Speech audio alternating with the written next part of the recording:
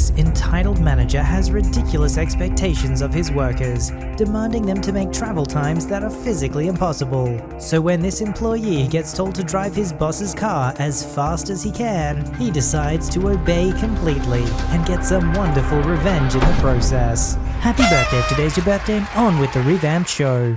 This happened about 5 years ago. It was my first week in my first real job, porter at a local car dealership, and I'd pretty much already resigned myself to the fact that my manager was a prick. He was constantly yelling and swearing at me and the other porters over the smallest crap. He liked to have us spending hours reorganizing the used car lot, then yell at us when the car wash line got backed up, always had us wash his car for free, etc. Anyway, a few days in, he told me he needed me to make a quick run to another dealership, about an hour drive away in good traffic, to do a used car trade. I drive our car over there and drive the traded car back. I let him know beforehand I wasn't very experienced driving on the freeway, to which he replied, "Quit whining, you'll figure it out," and wrote me out some directions. About an hour into the drive, I get a call from him asking if I'm there yet, which I wasn't, owing as much to his crappy directions as to my inexperience. I told him I got a little lost, but I should be there soon. He started screaming into the phone, "What the frick?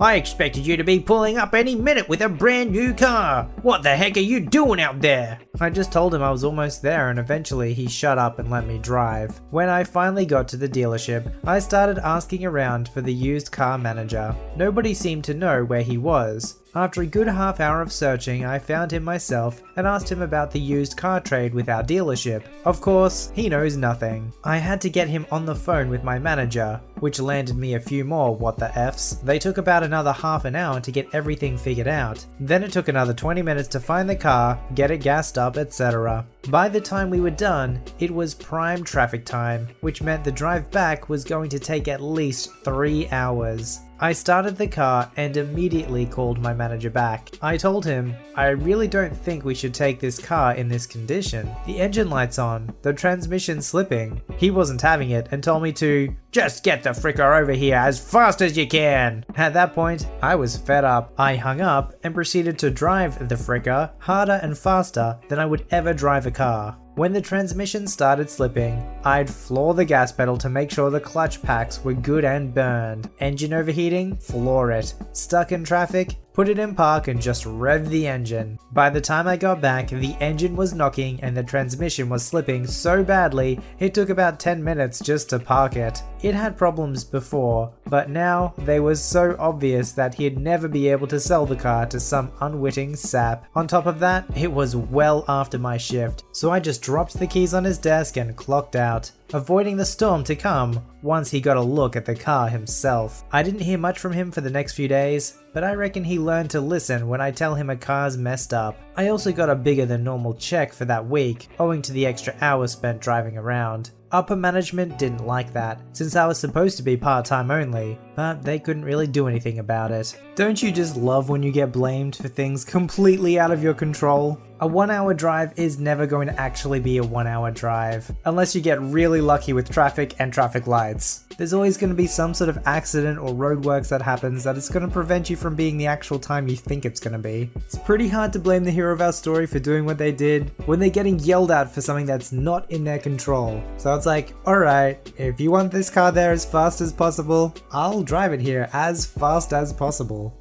For a little background, I'm a full-time Uber driver and have been one for over 3 years. My original Uber vehicle was a burnt orange Suzuki SX4. It was a great little car. To begin this tale, it was a Saturday night getting close to midnight in the Rocky Mountain state. I had received a trip request from a club downtown for a Christina. At this point, Uber gave very little info to us drivers about the ride we were about to get, just the name of the passenger and the passenger rating. No indication on how far or what direction even the passenger was going. So when I arrived to the club, 3 college girls pile into the car. "Are you Christina?" "Yeah, this is Christina," in a pretty aggressive attitude. "Christina, what is your driver's name?" The girls pretended not to hear me as I'm asking for confirmation that I am in fact their driver. "Ladies, who is your driver?" "You are." Cute, obnoxious laughing. I laugh along, putting on my customer service face. I may be, but we still have to confirm that we have the right people. I was very adamant about doing this after someone tried to steal another person's Uber one night. Like I said, and your phone says this is Christina. This Kathy sounds like the epitome of an entitled witch. I make no move to leave, and after much grumbling, Christina finally confirms that I am who I am. You're up. Now if you're done wasting time, let's go. Yep, I'm up. Sorry about the trouble. I have had people try to steal another person's Uber in the past. This gets me no response, and I do all I can from visibly sighing in despair.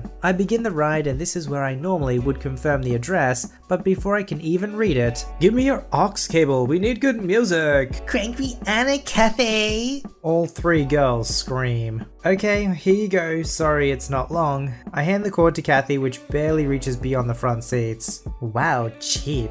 This was said quietly, but in my tiny car, everything can be heard. It honestly hit harder than expected though, because I am a prideful person when it comes to my work. Crank the music! After she got the music playing. I'm about to comply when I actually read the address. It was 123 Dad's house, Wichita, Kansas. I obviously don't know the address. Hey, just to confirm, you need to go to 123 Dad's house, Wichita, Kansas? The girls are laughing and promptly ignore me as I drive slowly along. Excuse me, I need to confirm the address real quick. Kathy cut me off. Yeah, it's right, just freaking drive! Turn up the music and go! At this point, I just shut up, turn up the music, and start driving with purpose. I ignored most of what they said in the back seat at this point. I knew that they didn't want to go to Kansas. They had no luggage, and I picked them up from a club, but they told me to drive and refused to listen, so I was going to get as much out of this trip before they would notice that we were driving east at a rapid pace. It was about 40 minutes later that the back seat had quieted down. Guys, where's he taking us? I start to slow down now and turn the music down a touch. We are no longer in a city, but in the plains, and basically only the stars as light. We could still see the city behind us in the distance. Where are we? You could hear the confusion in her voice. Where are you taking us? 123 Dad's house, Wichita, Kansas is the address you put in, and the one I said at the start of the ride. That's my dad's house, not mine. Turn around. Yes, ma'am. I turn around more aggressively than necessary. Where to? Kathy explodes into a stream of insults, drowning out anything else in the car. Me speaking up. Christina, what address am I taking you to? Kathy quiets down, glaring at me, allowing Christina to tell me they are at the college outside of downtown. Let's get y'all there, I say, and then crank their music again and start driving. The whole time I am driving, I am in a panic, because I just know that they are going to try and contest this fare, and probably try and get me suspended from the app. Nothing really eventful happens while I'm driving, but I can hear them say small comments about reporting this and how it was messed up. As we approach the college campus, I began to try to cover my butt. So, I just want to say I'm sorry about this experience, y'all. It really sucks when there's a miscommunication on this level. I will say though that I will be saving my dashcam footage from tonight, in case there is any trouble with Uber over the fare, since it is a strange one. I pause to see if they have anything to say about my dashcam bluff, but they say nothing. I come to a stop close to the dorm area of the college. I hope you all have a great night now and good luck with your studies. They all get out of the car without a word and slam the doors. I pull away and rate Christina with a single star and give the reason as wrong address entered in and rude. The ride would have been close to a minimum fare if they would have put the right address in, but it turned into a $70-ish trip. Christina never gave me a low rating from what I know, because those are the ones we drivers actually hear about. I now know that I could have done a lot different to avoid the situation, but at the time I was still fairly new and it took a bit for me to adjust to the work. That was a good call with the dashcam bluff. I would not have been as quick-witted. You're really stuck between a rock and a hard place as the Uber driver, right? They're not confirming the address for you, so it's like, well, I may as well just do what they say and drive this really long drive. I should get a good payday out of it. But if it's not the right place, which it likely isn't, then if they contest it, I don't get any of the money and I might even get fired.